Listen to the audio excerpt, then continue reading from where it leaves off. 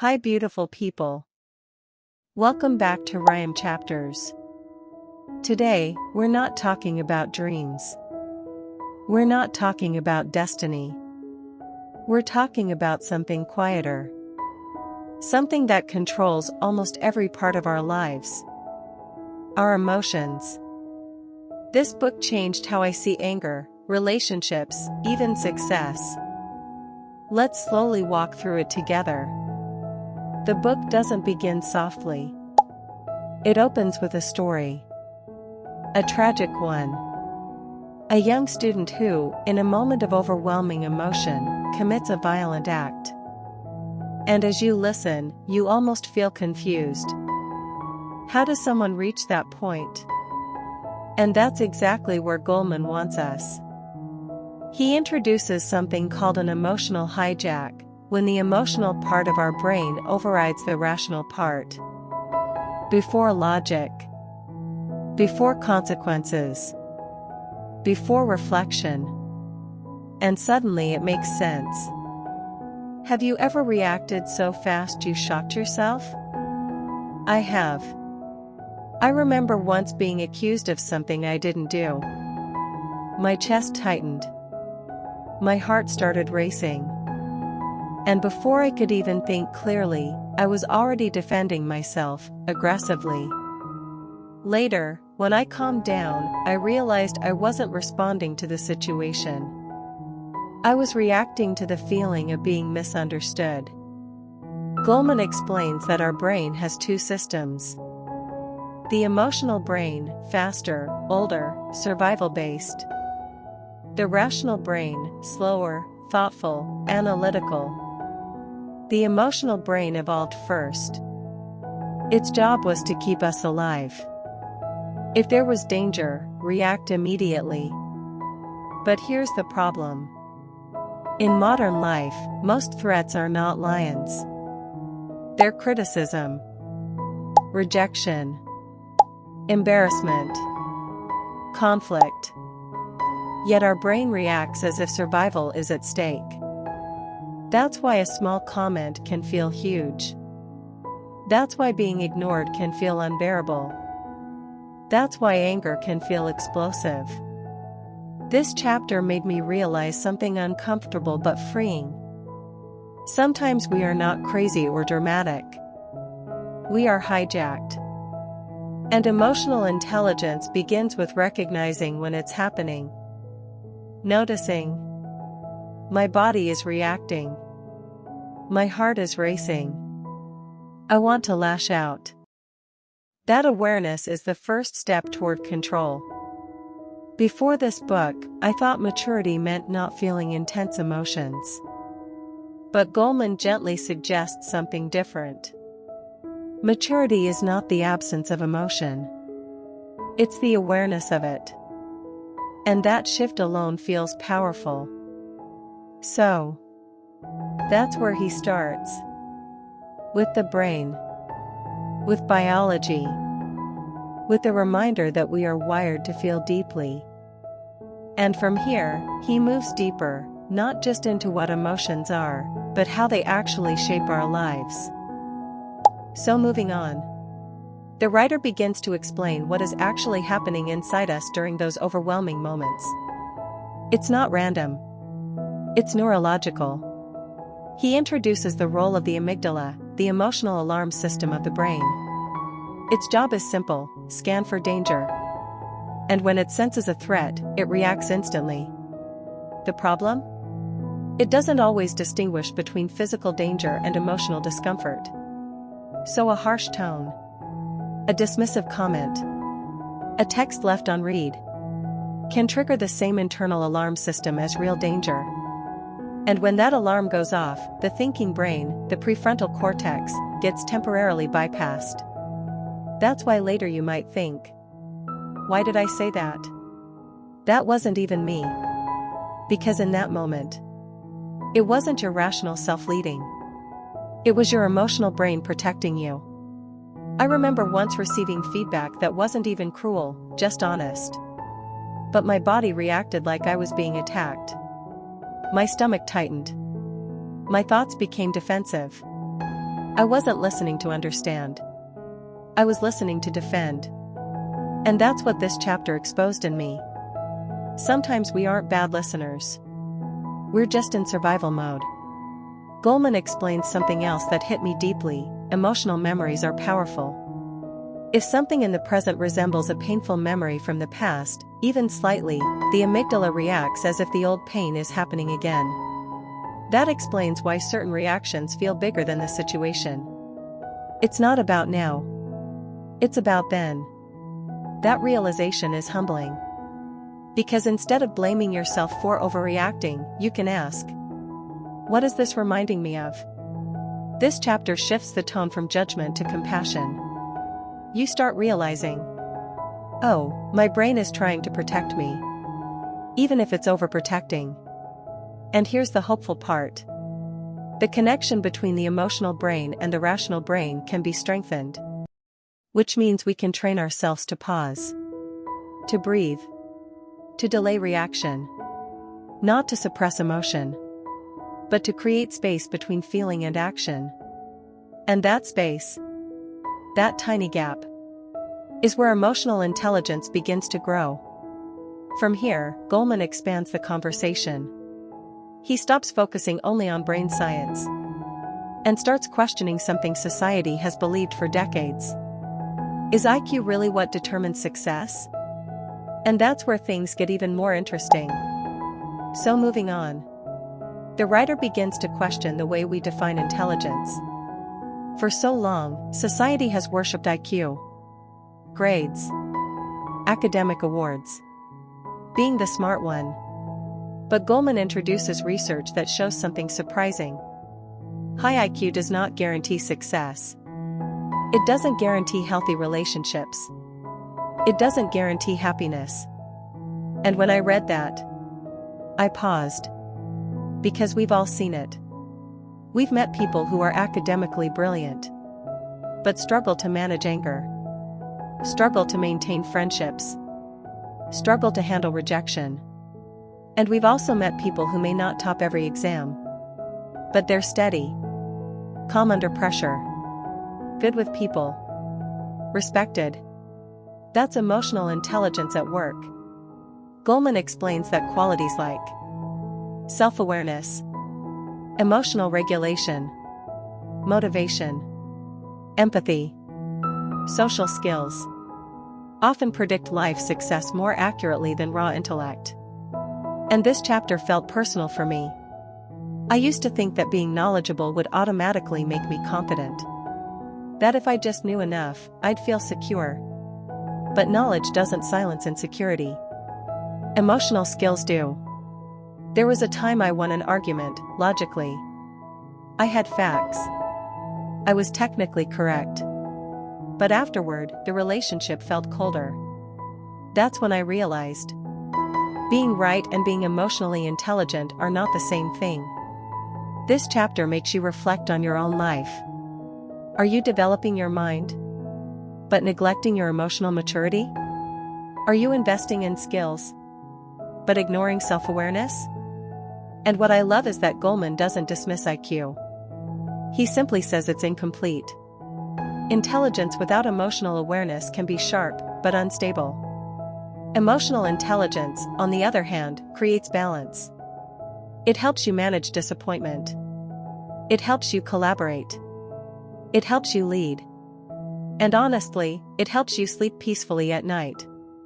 Because you're not constantly at war with your own feelings.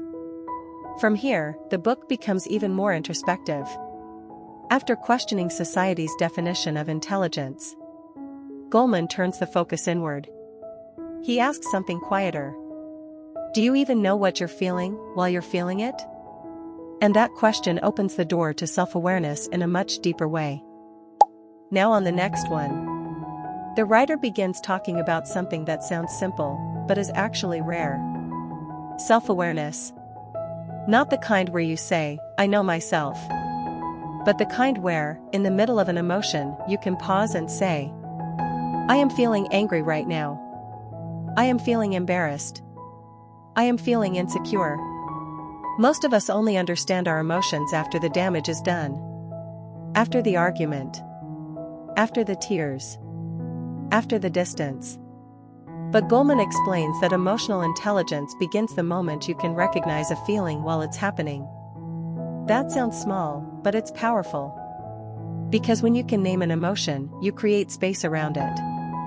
Before reading this, I didn't realize how often I mislabeled my feelings. I would say, I'm just tired. But sometimes I wasn't tired. I was overwhelmed. Or disappointed. Or feeling unseen. And because I didn't identify the real emotion, I couldn't address it properly.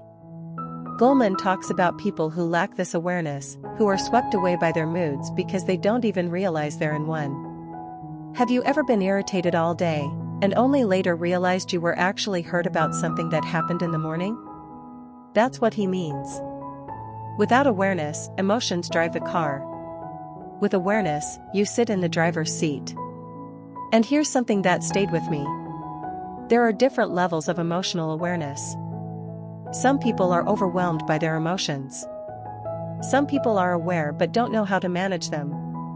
And some people can observe their feelings without being consumed by them. That last one, that's emotional maturity. Not coldness. Not detachment. But the ability to say, I feel this, but I am not this. I remember a moment where I felt deep jealousy, and I hated admitting it. My instinct was to justify it. Or ignore it. But instead, I tried something new. I simply said to myself, okay. I'm feeling jealous. No judgment. Just honesty. And strangely, the emotion softened. Because it wasn't fighting to be acknowledged anymore. That's the power of awareness. This chapter feels like a mirror. It doesn't accuse you.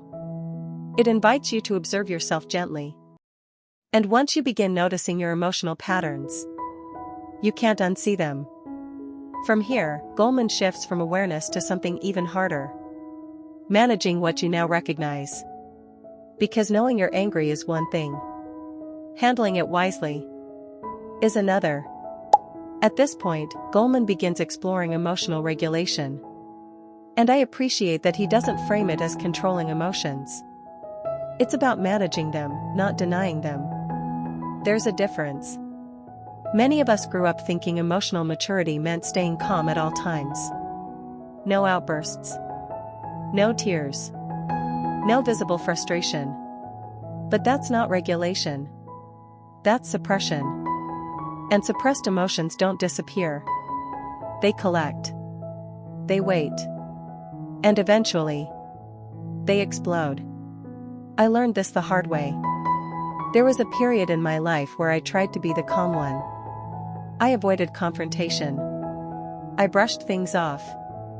I told myself I was being mature. But one day, over something tiny, something completely insignificant, I reacted intensely. And afterward, I felt embarrassed. But when I sat with it, I realized that reaction wasn't about that moment. It was about everything I hadn't processed. Goleman explains that emotionally intelligent people still feel anger, sadness, fear. The difference is timing and response. They create a pause. That pause might be a breath. It might be stepping away. It might be choosing not to reply immediately. And that pause protects relationships. There's something powerful about not responding at the peak of emotion. Not because you're weak. But because you understand that emotions rise, and they fall. If you wait, clarity often comes. And this chapter made me rethink strength. Strength isn't raising your voice. It isn't putting someone in their place. Strength is being able to say, I need a moment. I'll respond when I'm calmer. This isn't the right time. That's self-mastery. And honestly, it's rare. As this idea settles, Goleman takes it even further. He begins talking about a skill that quietly shapes your future, your ability to delay gratification. To choose long-term peace over short-term emotional satisfaction. And that's where the next part becomes deeply confronting. Here, the conversation turns towards self-control. Not in a harsh, strict way. but in a steady, long-term way. Goleman talks about delayed gratification, the ability to resist an immediate emotional impulse for a greater outcome later. He references studies where children were given a simple choice: eat one treat now, or wait and receive two later. And what researchers discovered years afterward was fascinating. The children who could wait tended to perform better academically, socially, and emotionally later in life. Not because they were smarter, but because they had developed self-regulation. And when I read that, I realized something uncomfortable. Delayed gratification isn't just about food or rewards. It shows up in sending the message immediately or waiting, spending impulsively or saving, reacting defensively or choosing understanding, quitting when it's hard or pushing through discomfort. It's emotional discipline. I remember once typing out a long message during a misunderstanding. I was ready to send it, it felt justified. It felt satisfying. But something told me to wait. I put my phone down. The next morning, when I reread it, the intensity had softened. Some parts felt unnecessary. Some sentences were fueled by ego, not clarity. Had I sent it the night before, it would have escalated things.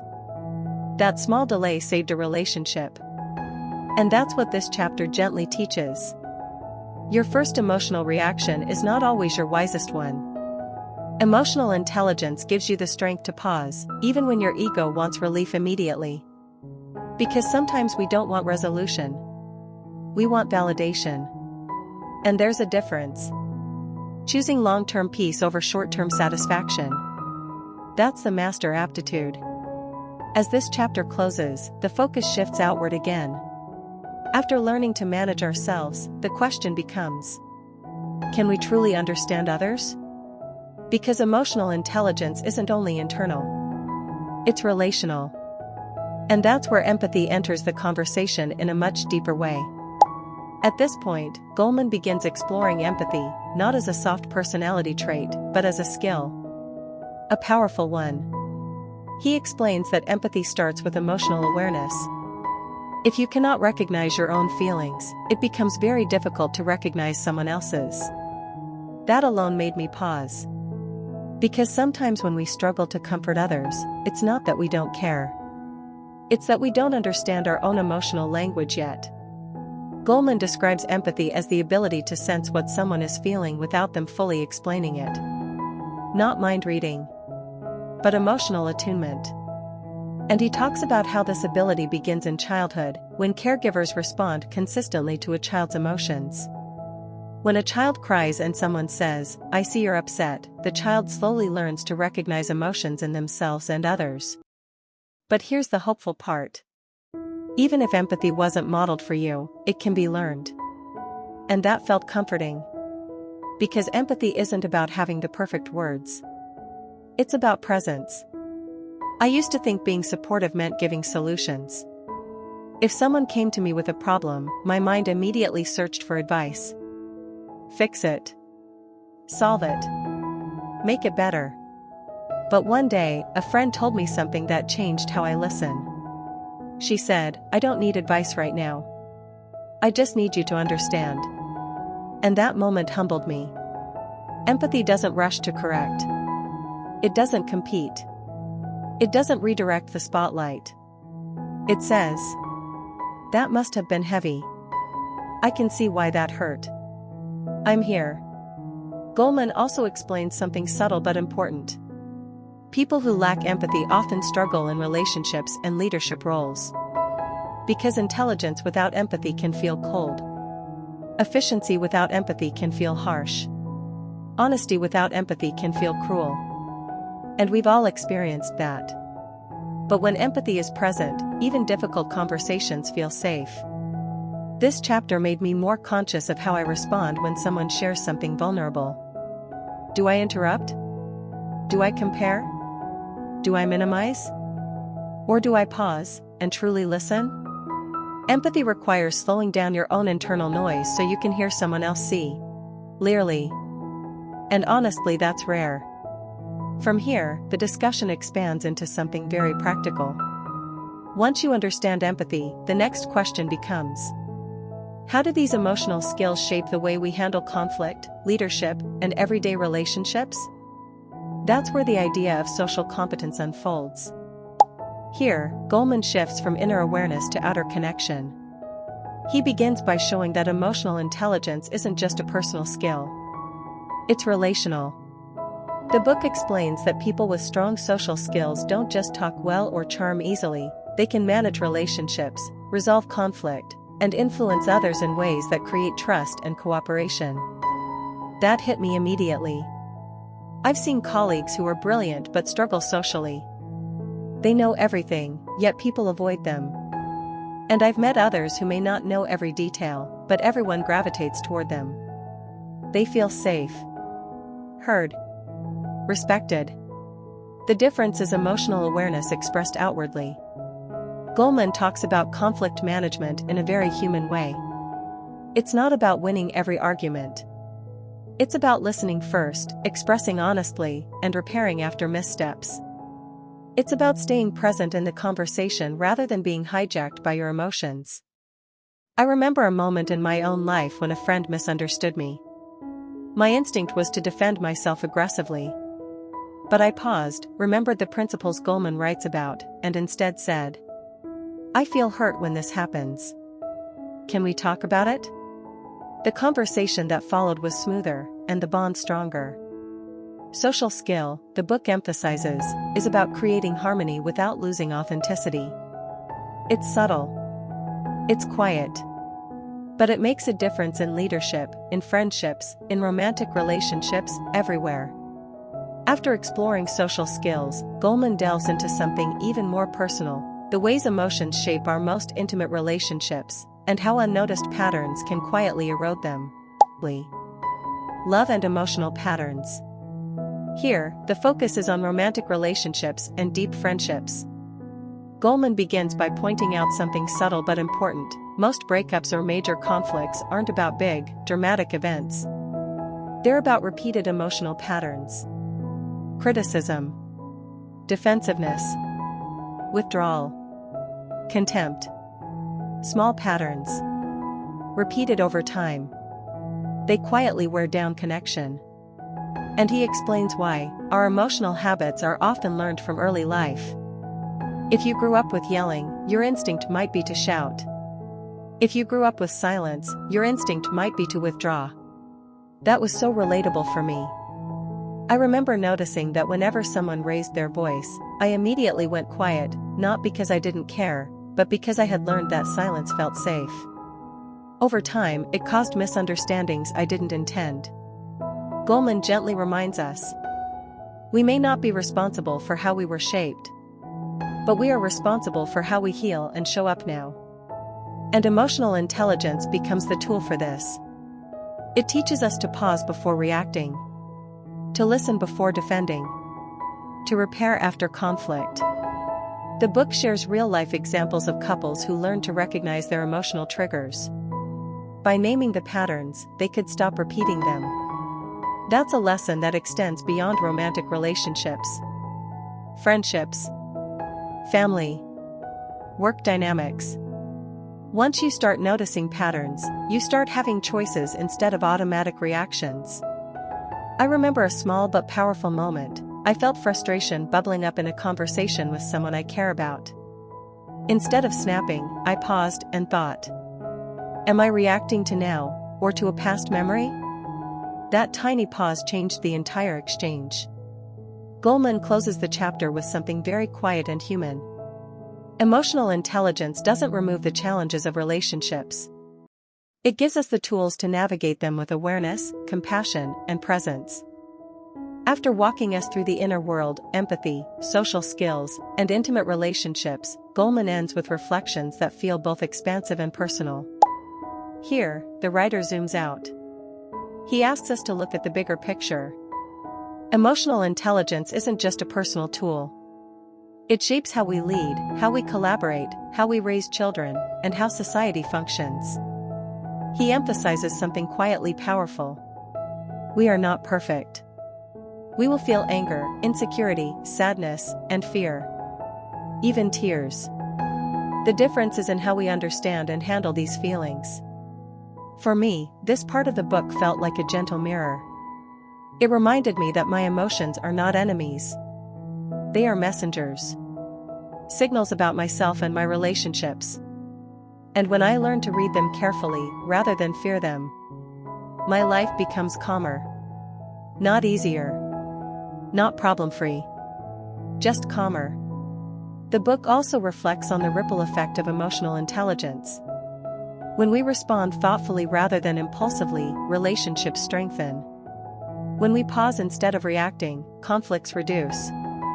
When we empathize instead of judging, connection grows. It's a quiet revolution in how we live, subtle, daily, human. And for me, the most resonant lesson is this. Emotional intelligence isn't a skill you master once. It's a practice you live every day. A pause before a reaction. A breath before a reply. A moment of empathy before judgment. Small choices. Tiny moments. But over time, they shape everything. If today's walk through emotional intelligence touched something in you, perhaps take a moment to reflect. Which emotion have you been ignoring?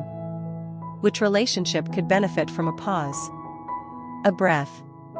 A gentle word? Your emotions are not enemies. They're guides. If you enjoyed this reflection, please like the video. It helps Rhyme Chapters continue these quiet conversations. Share it with someone who might need a gentle reminder that emotions can be allies, not adversaries. And subscribe if you want more slow, thoughtful walks through books that heal, reflect, and connect.